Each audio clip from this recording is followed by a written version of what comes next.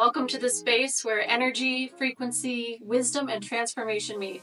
My name is Brooke Richardson, and I am an energy practitioner, intuitive guide, and hypnotherapist. I am bringing you information, knowledge, practices from around the world from all kinds of different practitioners to help you in your spiritual awakening journey and your holistic well-being. So if this resonates, be sure to like, subscribe, and let's dive in.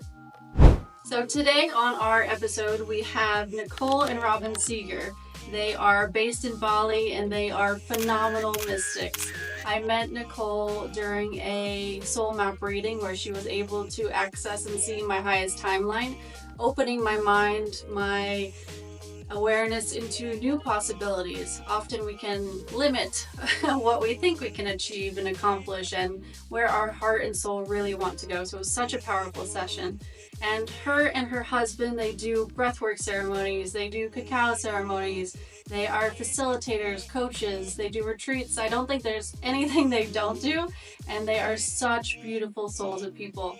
And I'm so honored and thrilled to have in this episode a discussion on conscious relationship. As we know, relationships, especially romantic, can bring everything to the forefront for us to see. And we can often leverage and access this for our spiritual awakening, to see what activates us, what triggers us, what is the healing that we need, and how can we give our love to ourselves. So I'm super excited. Let's hop on in. We're so excited to have you today, Nicole and Robin, to talk about conscious relationships. How did you two meet? I met Robin in Vancouver Island, Canada, and he was my neighbor of all things. He moved in right across from us, and our mothers actually met first, and then my mother gave his mother a grand tour of our house, which was so awkward and weird. And I thought, who's that? Like, why is he in my house? And why is he weird? And anyway, we became really good friends for 5 years. 5 years, really getting to know each other, becoming friends with the family. And then we also were a big part and support through relationships that we had at the time. We both had relationships, very challenging. Yeah. And it was really kind of, everybody else was always like, why are you guys not dating? Like, What's wrong? that's not right. And we were always like, no, we're just friends. And I actually, the one time that I was like, I'm gonna tell her, she was like, in that moment, and this is how in tune she is, like 2 seconds before I was like, this is the moment, she's like, just so you know, you better not fall in love with me, because that's not gonna happen. And I'm like, okay, friends it is. It kind of built up over time, and we both felt it, but we also didn't want to lose the friendship. Like, that friendship was really important, especially being in a space where we didn't have many other friends at that time. Like, this was my best friend, and so also very, very strong-willed people that I think it was important to have that time. Well, we're German after all. So. To move into a relationship allowed us to actually know quite a bit about each other already. And that has created, with all the ups and downs over 22 years, if I want to compare anything, the biggest part to me is respect. Like, the one thing I feel we never lost for each other was respect, like even in the worst moments. And we've gone through all the ups and downs. Yeah. In your opinion, what is a conscious relationship? A couple of times we thought we're not going to make it through, but in the end, the respect, the mutual understanding, I guess I would call it attunement. Like, if you're attuned to a person like this in a way of really knowing what they are about, it makes a huge difference. And, I think back then somebody said to us, you just have to have each other's dictionary. And I think that's it. You just got to know that person so deeply inside out, which makes it conscious automatically because you take time, not, stepping over eggshells, but you take time to make sure that you have the best interest of that person in mind. I think it's a lot about listening as well. That's another big part. So beyond the respect, understanding that a lot of things that happen, a lot of things that are said, I mean, like she just said, I could, in probably 10 seconds, get it from 0 to 100. Very well. Because I know all the triggers. I know All the exactly what I buttons. need to say to get it all riled up, and vice versa, just the same way. The question is, would I actually want to do that? Because why am I doing that? And that's what we see a lot also with the relationships that we work with, where we're like, why would you say something like that? Why is that? Where is it coming from? Is it really against the person sitting across from you? Or is that something from the inside? And we realized over time that it was on the inside. I said that because a little boy inside of me is deeply hurt and is lashing out. And literally my voice changes to a 5-year-old or 7-year-old. Now you're fine. But I Don't push know him. where it comes from. I know where this is. So we learn to understand that a lot of stuff is not personal. And if you can take that out and you can become an observer of it, you take your own pain out and you actually can just hold that space for your partner. And so that was a big part for us, where I think we didn't have that right from the beginning. It's not like, No. hey, we had 22 years of just bliss and unicorns and rainbows. And Oh God. no, we went literally through the darkest times and back. However, we realized that even then, we still choose each other. And that was my question over and over again. Even in the worst moments, it's like, do I still choose her to be my partner, to be my friend, to be the person I want to do life with and run this adventure? And the answer is a full body yes. Then it's like, right. Sometimes it would be a lot easier to run. So don't get me wrong. Conscious relationship doesn't mean it makes it so much easier. No. It makes it special. How did you know you constantly wanted to choose each other? Was it always like that, or were there times where maybe it wasn't so clear? I think I can talk. I think my story there is a bit different than yours, because for me, it was more realization that I have permission to be happy and to be loved as I am. Where, given my childhood, that was not really the case like this. So I had to learn, and still do, to be able to be chosen and have permission to be happy and to be in a relationship where somebody has my back fully. So it's been a journey of like, maybe I'm just going to run, maybe I'm just going to quit, maybe I'm just going to be alone, maybe I'm just going to not do this. But underlying deep down, it's like the roots of the tree always knew that this was it, and I know from our own cosmic history that we have chosen each other over and over again over so many lifetimes.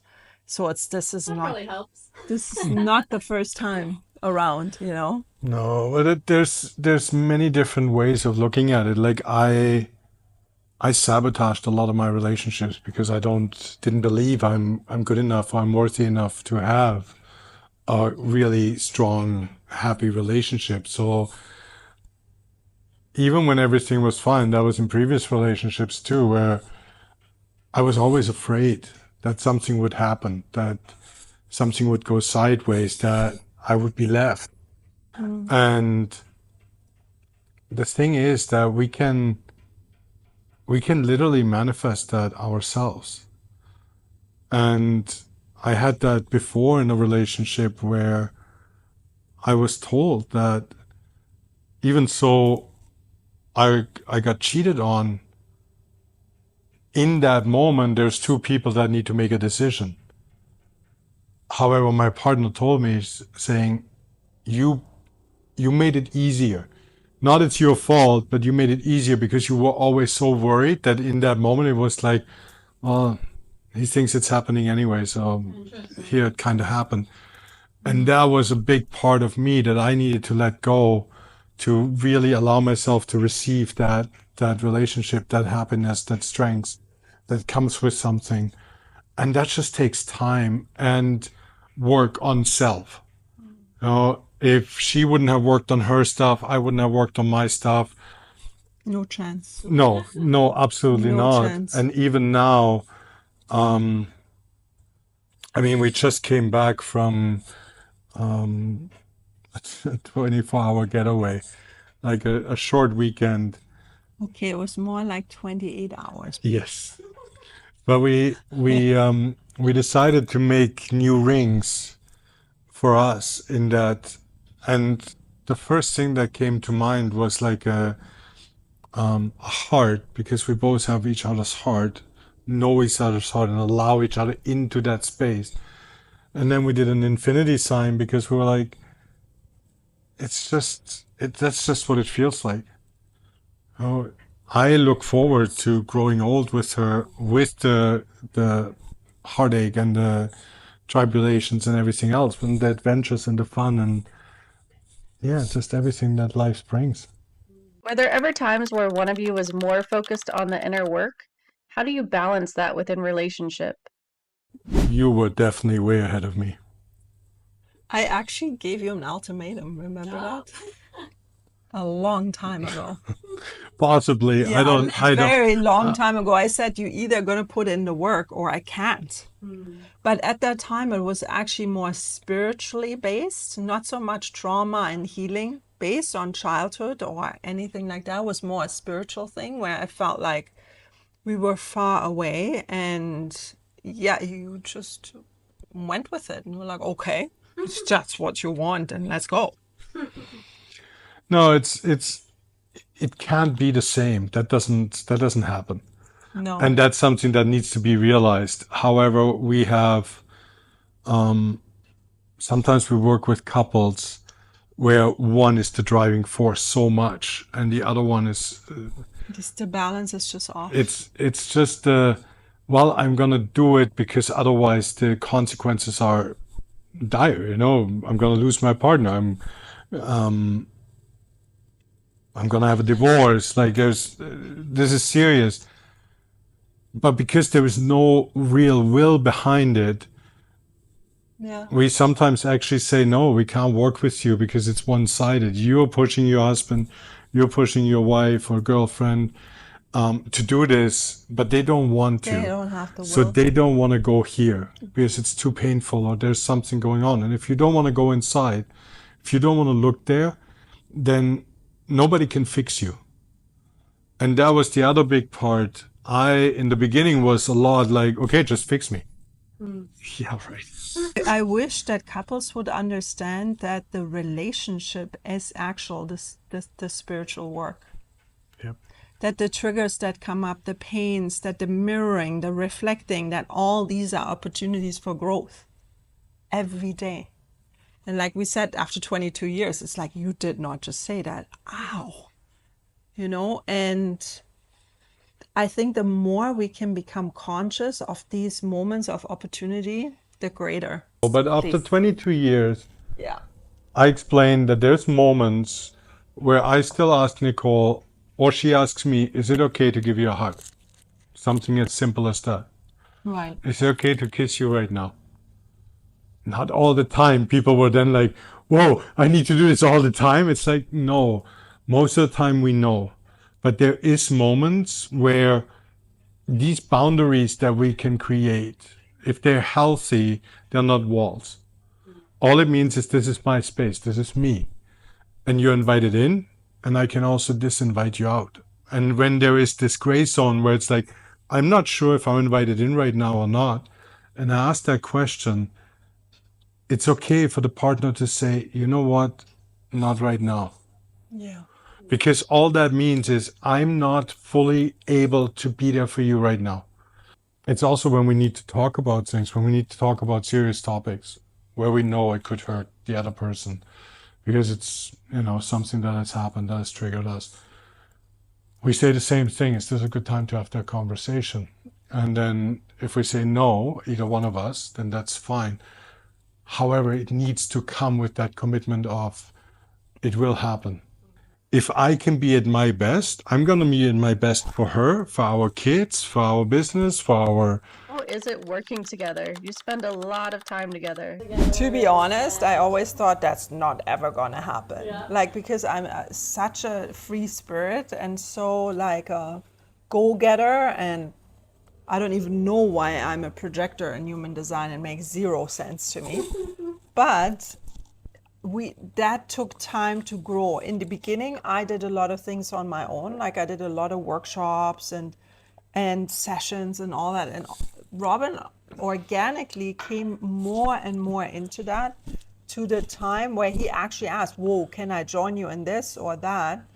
And it made it all that much better, doing it together. And we see the response from people that go, wow, you guys are so safe. You're like my spiritual mom and dad. And we're like, oh my God, I feel so old right now, but okay.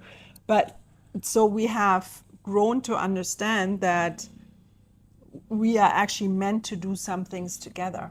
And even if that brings turmoil or challenge, then it's something we need to work out. If you are having a conflict, like, most healthy relationships do, how do you put that aside before hosting a ceremony?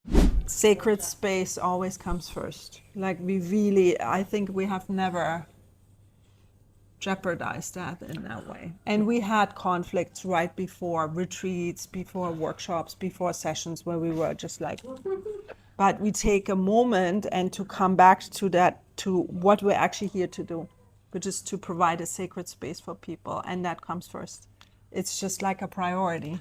I think another big part was, again, not taking things personal. Yeah. So even when we started working together, there was a lot of, oh, it felt like you're taking up more space, or you're taking up more time, or you're talking more, or, it felt like you're trying to make it more about you. And the ego had a blast. Oh yeah, the ego comes in, and it's like just allowing to go, you know what, you're right. You're absolutely right. Yeah, I felt because of, maybe I felt like this, or I did this. And over time, you allow yourself to step back, another step, another step, another step, where you realize that if you do what you do in this space, so if we do workshops of any kind, that's just being of service. It has nothing to do with us. Yeah. And so I can see it in myself, and over time. In the beginning, I would focus so much on everybody needs to get the most out of it. It needs to be perfect, kind of thing.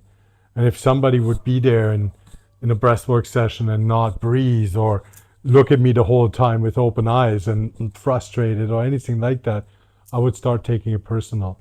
Yeah. While now I'm like, this has nothing to do with me.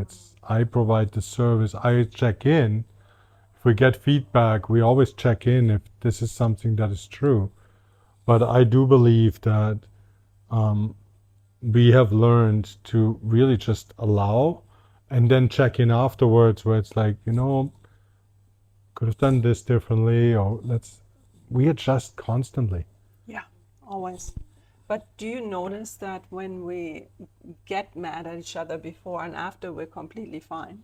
Because just the act of service alone brings so much gratitude and so much space that you forget all the bullshit that happened 5 minutes before. You were like, you forgot the smudging bowl, and where's the feather, and how come these are these flowers, and that's wrong. And it's usually also little things, it's nothing major. It's just these like little minuscule stupid things where you go like, oh, that matters now. And it's that transcending that BS that can take up so much energy. Yeah. Yeah. No, it's really important. It's important to understand, again, this taking the self out. Yeah. For us, it's not, even with people that we work, it's so often that's two of us, but often it's also, we do one-on-one work, and it's like, you know what, I need you to jump in. I need your perspective here. This is something that, I know you can see, I can't see it right now. There's something I'm missing, and it's interchangeable without that oh, she's gonna take my client away, or the client is gonna think she's better than me, or anything like that. Yeah, no. No, it's not there, and I think that's what's appreciated about this, and that's why we're still together, and that's why this is still working. It's just understanding that the more we're able to become this observer in our relationship, in ourselves, and are okay with, yeah, we don't coach each other and still we coach each other. Sometimes. Because there's constant reflection is there. It's actually what is present, though, is that we ask each other if we can, bring our opinion in. Yeah. Yeah. And that is really valuable at the time. Sometimes very triggering. But it's also, that's valuable. Yeah. Does being in conscious relationship get easier after some time? It gets easier and harder. Sometimes I joke and I say I want to fall back asleep and go to Netflix and beer. And then I'm like, there's no way I can. So in that sense, it's harder, but it's also easier because we have so much potential for happiness, for joy, for expansion, for growth, for things that were not available to us before because we were just not there yet. I don't even like beer. I know. It's going to be Bailey's for me, whatever. Anyway, so yeah, it's easier and harder, but in the end, like I always say, it's always worth it. It is so worth it to grow together and to make it work. And we see it so much with the couples we work with that we say, if only these beautiful people would actually see that they can work everything out in this relationship if they stick together and know each other as compass, and each individual one does their own trauma healing work and then go together, whole different ballgame. I think another big part is what is missed is that if we don't do the work on ourselves, we're gonna attract the same thing over and over again. Yeah. It's like, why do I attract the same partner? Why do I get into the same kind of It's Groundhog Day. spiral? Like one abusive relationship after the other, one narcissistic partner after the other. Why is this always that? It's because there is still something within that projects it outwards and that attracts exactly that. You really feel it. Like there's just too many red flags where it's like, okay, it just doesn't fit. The balance is so off key, and one person is just really not willing to put the effort in, or they're too scared or too stuck. I don't know. They just don't have the willpower to choose that person and that relationship, but the other one does, and you actually see and feel it that there's just something really off key when you are with those people. Or sometimes it's just that people come into your life for a specific reason. It's for a part, and you made that arrangement agreement. So yeah, I'm gonna learn this, and then I can move on. However, if I don't put that work in, and that's for me, That's a choice. Like, look, I can't always say you guys are gonna make it or not because there's so many other parts to this. However, if you put the work in, what I can guarantee you is whatever comes afterwards is gonna be better. I think this is something that a lot of people struggle with. How to know when to say goodbye in a relationship. What would your thoughts and advice be there? For me, the biggest thing is actually teaching people to listen to their inside. Yeah. Trusting their gut, trusting their intuition, and also dialing back in with that person, because maybe also that person doesn't want you in their life anymore. And they're like, I'm actually over it. I can't wait for you to leave. Oh. So yeah, this trust, and I feel this is a huge point for people at this time, is self-trust, is to go back into the self, because the world has told us so much about who we need to be, what we need to look like, how we need to act, what we need to become in order to be lovable or acknowledged or whatever. So coming back to that self that knows just instinctually that this is where I belong or this is where I don't belong, and trusting that. And also knowing universe doesn't make mistakes. Nothing gets lost. If we leave and we're supposed to be together, universe going to make sure that we come back. If someone has questions about their relationship, whether to stay, to leave, or any other kind of questions, how would you suggest that they find the answers within themselves? It goes back to the body. The body actually tells us, has the answers. And, we sometimes just have to ask, like, close your eyes. What do you feel? Well, I feel contraction here. Contraction is a no. You cannot make it into a maybe or into a yes. It's just a simple no from the body saying, no, I don't want to do this. So of course it can get tricky when we think about our nervous system state and all that, and that can sometimes sabotage and manipulate the outcome. But in the end, deep down within us, there is a voice anchor that's connected through, beyond space and time, that has these answers, that already knows. And when we connect to that, we will know the answer.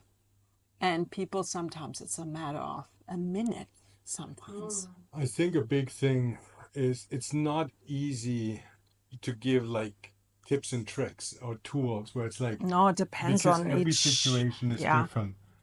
So what I would say is it's okay to ask for help.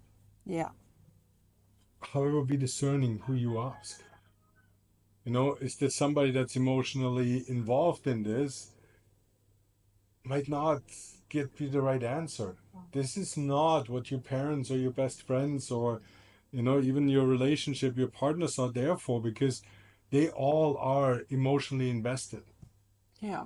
So they will bring their own kind of spin into it. So sometimes that's where you just need that neutral person that can help you just kind of find it. But this is not, I also don't believe in these codependent relationships. I have people come to me, they're like, oh, I've been doing this work for 5 years with this person. I'm like, what have you guys done? Like, how can you go back for 5 years over and over and over and nothing really changes? And then literally it takes, 1 or 2 sessions. It's like, oh my God, Yeah. I never connected the dots. It was just kind of going around, and this is not what it's about. We all have that knowledge within. So if somebody doesn't unlock that, then something is off. It's not the right person. And it doesn't mean, we are the right person for any means. Everybody has that gift, differently. Yeah. But it's about finding that one that helps you get to You that can next step. trust and Where it feels safe. yeah. If somebody tells you, "Oh, I'm done. I'm done. I healed everything and I figured it all out," We run. We run. We run fast. It it's happens. around, It yeah. happens here. It happens. Yeah. And blissfully, magically unicorn away everything through spiritual bypassing. It's very possible. But yeah. In today's culture, there's a lot of independence. Do you think this desire for hyper independence makes people not want to do their inner work or enter into conscious relationships? It could have definitely something to do with it. I mean, I see it a lot in women that have kind of given up on men and said there's just nobody out there for me. But you need the right person that's willing to put in the work alone and with you, for sure. Yeah, and sometimes it's easier just to be alone, right? It's times have really changed. Yeah. Like what we see right now is women are becoming more independent, stronger. However, they are losing that touch because they don't want to be weak, or they don't want to be They too soft become or something masculine like that. often. Yeah. And for men, they get confused because they don't understand their role in this new world anymore often, where it's like, whoa, she doesn't even need me. Yep. She can figure it all out by herself. She can fix the car. She can book the travel. She can find a job, make money, do whatever else while having kids. And it's all possible. And now men are supposed to be vulnerable and they're supposed to be in touch with their feelings, and that's all great. But they're still supposed to be men, and they don't understand often how that is. And so they start actually giving up, or they start distracting from it. And yeah, what we see a lot lately is frustration between men and women. Feels like it's a confusing time. And so again, that going inwards is often too scary. So I rather go outwards and Yeah. distract. You know, even in healing, you can burn out. If you don't integrate what's actually happening, if you don't understand and allow your body to Process. change and process through this. For healing is timeless. It does not have like an expiry date. And there's no end goal. It's a journey. You're alive, you're human, you're still healing. Yeah. The end. Everybody is still their own being, their own person, even in a conscious relationship. The worst we want to do is create a codependency. I need you. I cannot live without you. That's trauma speaking. That's not awareness. That's not, yeah. And finally, is there any practice that you would like to share about how you come together? Anything that the viewers can implement in their relationships? Candle time. Candle time. Well, it's making space and making time. We call it candle time because we light a candle. We bring The tea. some tea, something that we enjoy, and make it a already softer space. And then it's a very simple practice. The practice is one person talks for a short period of time, just 1 or 2 minutes, and brings up all the things that are alive right now that are important, something that could be triggering, whatever else it is. The other one just listens. And the reasons why we make it so short is because if we do this for 10 minutes, after a few minutes, the mind is so active. Our attention That's span. not true. That's not even, no, that's, I would know, and here, and I can fix this, and, you know, then all that comes in, and I can't listen actively anymore. So if I do it short, I can really listen before even going into the mind. And then when you're finished, the partner who just listened reflects back, I hear you say. No fixing, no judging, no anything, just repeating what they just heard. And by that, we learn to listen, and we learn to give each other that chance to go, oh my God, that's what you heard? That's not even what I meant. That's not what I said. That's not what I mean. This is, for me, actually, this was way more about freedom, for example, when for you it sounds like, you know, a prison. So it allows us to So important. hear each other more and more. Yeah. And that's it. That's where it ends. You don't go into Solutions, yeah. fixing, interpretations, opinions, none of that. It's just literally being present, listening, and reflecting. That's it. And it's like it takes a pressure cooker off, I guess. It does something where everybody feels heard, loved, acknowledged, seen, and then we don't need to fix, you know, and we do that maybe once a week to make sure that, yeah, we're in balance. That's it. That's it. Beautiful. Well, thank you so much.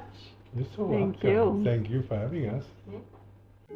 Thank you for being in this space of energy and expansion. If you enjoyed, be sure to like and subscribe for more wisdom and content. Until next time, land the light.